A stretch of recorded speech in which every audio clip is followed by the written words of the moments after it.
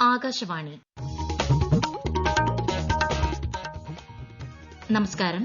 പ്രാദേശിക വാർത്തകൾ വായിക്കുന്നത് ബിന്ദു വിനോദ്.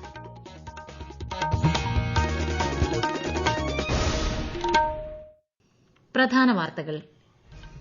രാജ്യത്തെ 25 കോടി ജനങ്ങളെ ദാരിദ്ര്യമുക്തരാക്കാൻ കഴിഞ്ഞ 9 വർഷത്തിനിടെ കേന്ദ്ര സർക്കാരിന് സാധിച്ചതായി പ്രധാനമന്ത്രി നരേന്ദ്രമോദി. 4000 കോടി രൂപയുടെ വികസന പദ്ധതികൾക്ക് പ്രധാനമന്ത്രി ഇന്ന് കൊച്ചിയിൽ തുടക്കം കുറിച്ചു. മറൈൻ ഡ്രൈവിൽ ബിജെപി ശക്തി കേന്ദ്ര നേതൃയോഗത്തെയും അദ്ദേഹം അഭിസംബോധന ചെയ്തു. രാജ്യവികസനത്തിൽ കേരളം നൽകുന്ന മികച്ച പിന്തുണയുടെ ദൃഷ്ടാന്തമാണ് പ്രധാനമന്ത്രി ഉദ്ഘാടനം ചെയ്ത പദ്ധതികളെന്ന് മുഖ്യമന്ത്രി പിണറായി വിജയൻ. മത്സ്യത്തൊഴിലാളികളുടെ വരുമാനം ഇരട്ടിയാക്കുന്നതിനായി കടലിൽ കൃത്രിമ പാരുകൾ നിക്ഷേപിക്കുന്ന പദ്ധതിക്ക് സംസ്ഥാനത്ത് തുടക്കമായി. കേന്ദ്ര പദ്ധതികൾ ജനങ്ങളിലെത്തിക്കുന്ന വികസിത് ഭാരത് സങ്കൽപ് യാത്രയ്ക്ക് സംസ്ഥാനത്ത് മികച്ച പ്രതികരണം. ഇന്ത്യ അഫ്ഗാനിസ്ഥാൻ ട്വന്റി ക്രിക്കറ്റ് പരമ്പരയിലെ 3ാം മത്സരത്തിന് അല്പസമയത്തിനകം തുടക്കം. വാർത്തകൾ വിശദമായി. കൊച്ചി ഉൾപ്പെടെയുള്ള തുറമുഖ നഗരങ്ങളുടെ കരുത്ത് വർദ്ധിപ്പിക്കുന്നതിൽ കേന്ദ്ര സർക്കാർ പ്രതിജ്ഞാബദ്ധമാണെന്ന് പ്രധാനമന്ത്രി നരേന്ദ്രമോദി. സമുദ്രമേഖലയിലെ നിർണായക ശക്തിയാക്കി ഇന്ത്യയെ മാറ്റുന്നതിന് വൻകിട തുറമുഖ കപ്പൽ നിർമ്മാണ പദ്ധതികൾ കേന്ദ്രം നടപ്പാക്കി വരുന്നതായും പ്രധാനമന്ത്രി കൊച്ചിയിൽ പറഞ്ഞു. കൊച്ചി കപ്പൽശാലയിലെ പുതിയ ട്രൈഡോക്ക്, വെല്ലിംഗ്ടൺ ഐലൻഡിലെ അന്താരാഷ്ട്ര കപ്പൽ അറ്റകുറ്റപ്പണി കേന്ദ്രം, പുതുവൈപ്പിനിലെ LPG ഇറക്കുമതി ടെർമിനൽ എന്നിവ രാഷ്ട്രത്തിന് സമർപ്പിക്കുകയായിരുന്നു പ്രധാനമന്ത്രി. 4000 കോടി രൂപ ചെലവിലാണ് ഷിപ്പിംഗ് ജലഗതാഗത വികസനത്തിൽ നാഴികക്കല്ലാകുന്ന ഈ പദ്ധതികൾ പൂർത്തിയാക്കിയിരിക്കുന്നത്. ഇതിലൂടെ കപ്പൽ അറ്റകുറ്റപ്പണിക്കായുള്ള ഇന്ത്യയിലെയും ഏഷ്യയിലെയും ഏറ്റവും വലിയ കേന്ദ്രമായി കൊച്ചി മാറുമെന്നും പ്രധാനമന്ത്രി വ്യക്തമാക്കി. साथियों, आज यहाँ देश को अपना सबसे बड़ा ड्राई डॉक मिला है. इसके अलावा आज शिप बिल्डिंग, शिप रिपेयरिंग और LPG इंपोर्ट टर्मिनल इंफ्रास्ट्रक्चर का भी लोकार्पण हुआ है. ये सुविधाएं केरला और भारत के इस दक्षिणी क्षेत्र के विकास को गति देंगी. इन नई सुविधाओं से शिपयार्ड की कैपेसिटी कई गुना बढ़ जाएगी.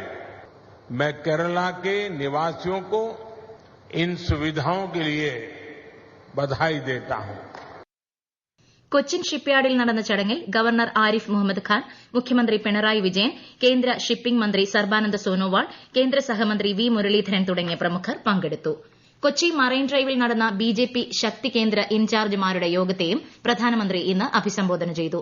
കഴിഞ്ഞ 9 വർഷത്തിനിടയിൽ 25 കോടി ജനങ്ങളെ ദാരിദ്ര്യമുക്തരാക്കാൻ കേന്ദ്ര സർക്കാരിന് സാധിച്ചതായി പ്രധാനമന്ത്രി യോഗത്തിൽ പറഞ്ഞു.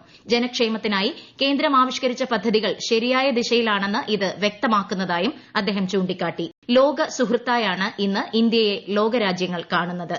കേന്ദ്ര പദ്ധതികളുടെ പ്രയോജനം എല്ലാവരിലും എത്തിക്കുക എന്ന ലക്ഷ്യത്തോടെയാണ് വികസിത് ഭാരത് സങ്കൽപ് യാത്ര രാജ്യത്ത് നടന്നുവരുന്നത്. പദ്ധതികളിൽ ആരെയെങ്കിലും വിട്ടുപോയിട്ടുണ്ടെങ്കിൽ അവരെ യാത്ര നടക്കുന്ന ഇടങ്ങളിൽ എത്തിക്കാൻ ബിജെപി പ്രവർത്തകർ പ്രത്യേകം ശ്രദ്ധിക്കണമെന്നും അദ്ദേഹം ആവശ്യപ്പെട്ടു.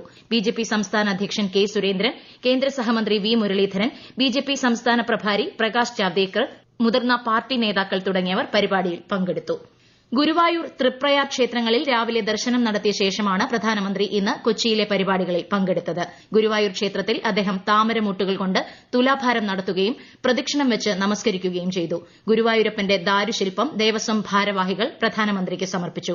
കേരളീയ വേഷത്തിലാണ് പ്രധാനമന്ത്രി ക്ഷേത്ര ദർശനത്തിന് എത്തിയത്. നടനും മുൻ MPയുമായ സുരേഷ് ഗോപിയുടെ മകളുടെ വിവാഹത്തിൽ പങ്കെടുത്ത പ്രധാനമന്ത്രി ഗുരുവായൂരിൽ വിവാഹത്തിനായി എത്തിച്ചേർന്ന മറ്റ് നവദമ്പതിമാരെയും ആശീർവദിച്ചു.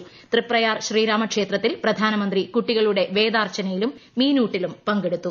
കേരള സന്ദർശനം പൂർത്തിയാക്കി പ്രധാനമന്ത്രി നരേന്ദ്രമോദി വൈകുന്നേരം 3:40 ഡൽഹിക്ക് മടങ്ങി. നെടുമ്പാശ്ശേരി വിമാനത്താവളത്തിൽ ഗവർണർ ആരിഫ് മുഹമ്മദ് ഖാൻ, മുഖ്യമന്ത്രി പിണറായി വിജയൻ ഉൾപ്പെടെയുള്ള പ്രമുഖർ പ്രധാനമന്ത്രിയെ യാത്രയാക്കാനെത്തിയിരുന്നു. 2 ദിവസത്തെ സന്ദർശനത്തിനായി ഇന്നലെ വൈകുന്നേരം കൊച്ചിയിലെത്തിയ പ്രധാനമന്ത്രിയെ കേരള ജനത ആവേശപൂർവ്വമാണ് സ്വീകരിച്ചത്. എറണാകുളം നഗരത്തിൽ ഇന്നലെ പ്രധാനമന്ത്രി നടത്തിയ റോഡ് ഷോയിലും വലിയ തോതിലുള്ള ജനപങ്കാളിത്തം ദൃശ്യമായിരുന്നു. കൊച്ചിയിൽ പ്രധാനമന്ത്രി ഇന്ന് ഉദ്ഘാടനം ചെയ്ത 4000 കോടിയിലധികം രൂപയുടെ പദ്ധതികൾ കേരളത്തിനാകെ അഭിമാനകരമാണെന്ന് മുഖ്യമന്ത്രി പിണറായി വിജയൻ. 4000 പേർക്ക് തൊഴിൽ ലഭിക്കുന്ന പദ്ധതികളാണ് ഇവ. രാജ്യത്തിന്റെ പൊതുവായ വികസനത്തിൽ കേരളം നൽകുന്ന മികച്ച പിന്തുണയുടെ ദൃഷ്ടാന്തമാണിതെന്നും അദ്ദേഹം കൊച്ചിയിൽ ഉദ്ഘാടന ചടങ്ങിൽ വ്യക്തമാക്കി. മെയ്ഡ് ഇൻ കേരള ഉത്പന്നങ്ങൾ ഇന്ന് ഇന്ത്യയിൽ മാത്രമല്ല ലോകത്താകമാനം ശ്രദ്ധയാർജിക്കുകയാണെന്നും മുഖ്യമന്ത്രി ചൂണ്ടിക്കാട്ടി. പ്രധാനമന്ത്രി ഉദ്ഘാടനം ചെയ്ത പദ്ധതികൾ കൊച്ചിയെ ആഗോള ഷിപ്പിംഗ് ഹബ്ബാക്കി മാറ്റുമെന്ന് ചടങ്ങിൽ പങ്കെടുത്ത കേന്ദ്ര ഷിപ്പിംഗ് മന്ത്രി സർബാനന്ദ സോനോവാൾ പറഞ്ഞു. ഈ വാർത്തകൾ ആകാശവാണിയിൽ നിന്ന്. കേരളത്തിലെ മത്സ്യത്തൊഴിലാളികളുടെ വരുമാനം ഇരട്ടിയാക്കുക എന്ന ലക്ഷ്യത്തോടെ കടലിൽ കൃത്രിമ പാരുകൾ നിക്ഷേപിക്കുന്ന പദ്ധതിക്ക് തുടക്കമായി. കേന്ദ്ര സംസ്ഥാന സർക്കാരുകളുടെ സംയുക്ത പദ്ധതിയുടെ സംസ്ഥാനതല ഉദ്ഘാടനം കേന്ദ്ര ഫിഷറീസ് മന്ത്രി പർഷോത്തം രൂപാല വീഡിയോ കോൺഫറൻസിലൂടെ നിർവഹിച്ചു.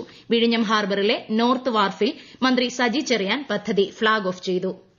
കേന്ദ്ര പദ്ധതികളെക്കുറിച്ച് സമൂഹത്തിൽ അറിവ് പകരുക എന്ന ലക്ഷ്യത്തോടെ നടത്തുന്ന വികസിത് ഭാരത് സങ്കൽപ് യാത്രയുടെ പര്യടനം സംസ്ഥാനത്തെ വിവിധ ജില്ലകളിൽ പുരോഗമിക്കുന്നു. തിരുവനന്തപുരം ജില്ലയിൽ പാപ്പനംകോട്, മണക്കാട് എന്നിവിടങ്ങളിലായിരുന്നു ഇന്ന് യാത്ര നടന്നത്. കൊല്ലം ജില്ലയിലെ 46 ദിവസം നീണ്ട പര്യടനം ഇന്ന് ചിന്നക്കടയിൽ സംഘടിപ്പിച്ച പരിപാടിയോടെ പൂർത്തിയായി. ഇടുക്കി ജില്ലയിൽ തോട്ടം മേഖലയായ വണ്ടിപ്പെരിയാർ ഗ്രാമപഞ്ചായത്തിലും തൃശൂർ ജില്ലയിൽ വടക്കാഞ്ചേരി മംഗലത്തുമായിരുന്നു ഇന്നത്തെ പര്യടനം. കോട്ടയം ജില്ലയിൽ പള്ളിക്കത്തോട് പഞ്ചായത്തിലും മലപ്പുറം ജില്ലയിൽ മാറഞ്ചേരി, നന്നമുക്ക് പഞ്ചായത്തുകളിലും വികസിത് ഭാരത് സങ്കൽപ് യാത്ര ഇന്നെത്തിയത്. കോഴിക്കോട് ജില്ലയിൽ നാളെ നടക്കുന്ന വികസിത് ഭാരത് സങ്കൽപ് യാത്രയിൽ മുൻ കേന്ദ്രമന്ത്രിയും പാർലമെന്റ് അംഗവുമായ പ്രകാശ് ജാവ്ദേക്കർ പങ്കെടുക്കും. രാവിലെ പുതിയാപ്പ ക്ഷേത്രത്തിന് സമീപവും വൈകുന്നേരം ഈസ്റ്റ് ഹിൽ ജംഗ്ഷന് സമീപവും നടക്കുന്ന പരിപാടികളിലാണ് അദ്ദേഹം പങ്കെടുക്കുന്നത്. കെഎസ്ആർടിസിയുടെ മൊത്തം നിയന്ത്രണം ഒറ്റ സോഫ്റ്റ്വെയറിലേക്ക് മാറ്റുമെന്ന് ഗതാഗത മന്ത്രി കെ.ബി. ഗണേഷ് കുമാർ. സുതാര്യത ഉറപ്പാക്കുന്നതിനായാണ് അക്കൌണ്ട്സ്, പർച്ചേസ്, സ്റ്റോക്ക് മാനേജ്മെന്റ് ഉൾപ്പെടെ എല്ലാ കാര്യങ്ങളും പുതിയ സോഫ്റ്റ്വെയറിലേക്ക് മാറ്റുന്നത്. മന്ത്രിയോ എംഡിയോ മാറുന്നത് കെഎസ്ആർടിസിയുടെ പ്രവർത്തനങ്ങളെ ബാധിക്കാത്ത രീതിയിലുള്ള സംവിധാനമാണ് ഒരുക്കുകയെന്നും ശ്രീ ഗണേഷ് കുമാർ തിരുവനന്തപുരത്ത് മാധ്യമങ്ങളോട് പറഞ്ഞു. സെക്രട്ടേറിയറ്റ് മാർച്ചിലെ സംഘർഷവുമായി ബന്ധപ്പെട്ട പ്രധാന കേസിൽ യൂത്ത് കോൺഗ്രസ് അധ്യക്ഷൻ രാഹുൽ മാങ്കൂട്ടത്തിലിന് ജാമ്യം. ഇതുൾപ്പെടെ 4 കേസുകളിലും ജാമ്യം ലഭിച്ചതോടെ രാഹുലിന് പുറത്തിറങ്ങാൻ വഴിയൊരുങ്ങി.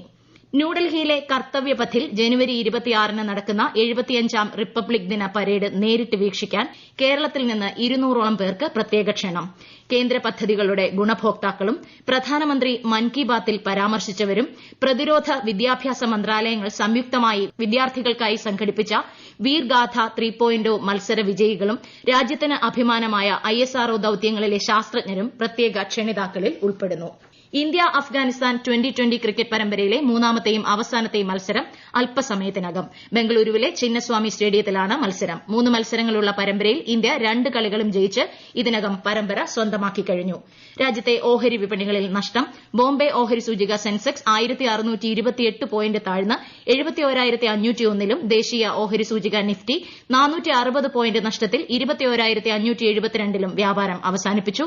സ്വർണ്ണവില കുറഞ്ഞു. പവന് 280 രൂപ താഴ്ന്ന് 46,160 രൂപയും ഗ്രാമിന് 5,770 രൂപയുമാണ് ഇന്നത്തെ വില. പ്രധാന വാർത്തകൾ വീണ്ടും. രാജ്യത്തെ 25 കോടി ജനങ്ങളെ ദാരിദ്ര്യമുക്തരാക്കാൻ കഴിഞ്ഞ 9 വർഷത്തിനിടെ കേന്ദ്ര സർക്കാരിന് സാധിച്ചതായി പ്രധാനമന്ത്രി നരേന്ദ്രമോദി. 4000 കോടി രൂപയുടെ വികസന പദ്ധതികൾക്ക് പ്രധാനമന്ത്രി ഇന്ന് കൊച്ചിയിൽ തുടക്കം കുറിച്ചു. മറൈൻ ഡ്രൈവിൽ ബിജെപി ശക്തി കേന്ദ്ര നേതൃയോഗത്തെയും അദ്ദേഹം അഭിസംബോധന ചെയ്തു. രാജ്യവികസനത്തിൽ കേരളം നൽകുന്ന മികച്ച പിന്തുണയുടെ ദൃഷ്ടാന്തമാണ് പ്രധാനമന്ത്രി ഉദ്ഘാടനം ചെയ്ത പദ്ധതികളെന്ന് മുഖ്യമന്ത്രി പിണറായി വിജയൻ. മത്സ്യത്തൊഴിലാളികളുടെ വരുമാനം ഇരട്ടിയാക്കുന്നതിനായി കടലിൽ കൃത്രിമ പാരുകൾ നിക്ഷേപിക്കുന്ന പദ്ധതിക്ക് സംസ്ഥാനത്ത് തുടക്കമായി. കേന്ദ്ര പദ്ധതികൾ ജനങ്ങളിലെത്തിക്കുന്ന വികസിത് ഭാരത് സങ്കൽപ് യാത്രയ്ക്ക് സംസ്ഥാനത്ത് മികച്ച പ്രതികരണം. ഇന്ത്യ അഫ്ഗാനിസ്ഥാൻ 2020 ക്രിക്കറ്റ് പരമ്പരയിലെ 3ാം മത്സരത്തിന് അല്പസമയത്തിനകം തുടക്കം. പ്രാദേശിക വാർത്തകൾ കഴിഞ്ഞു. അടുത്ത വാർത്താ പ്രക്ഷേപണം രാത്രി 7:25-ന്.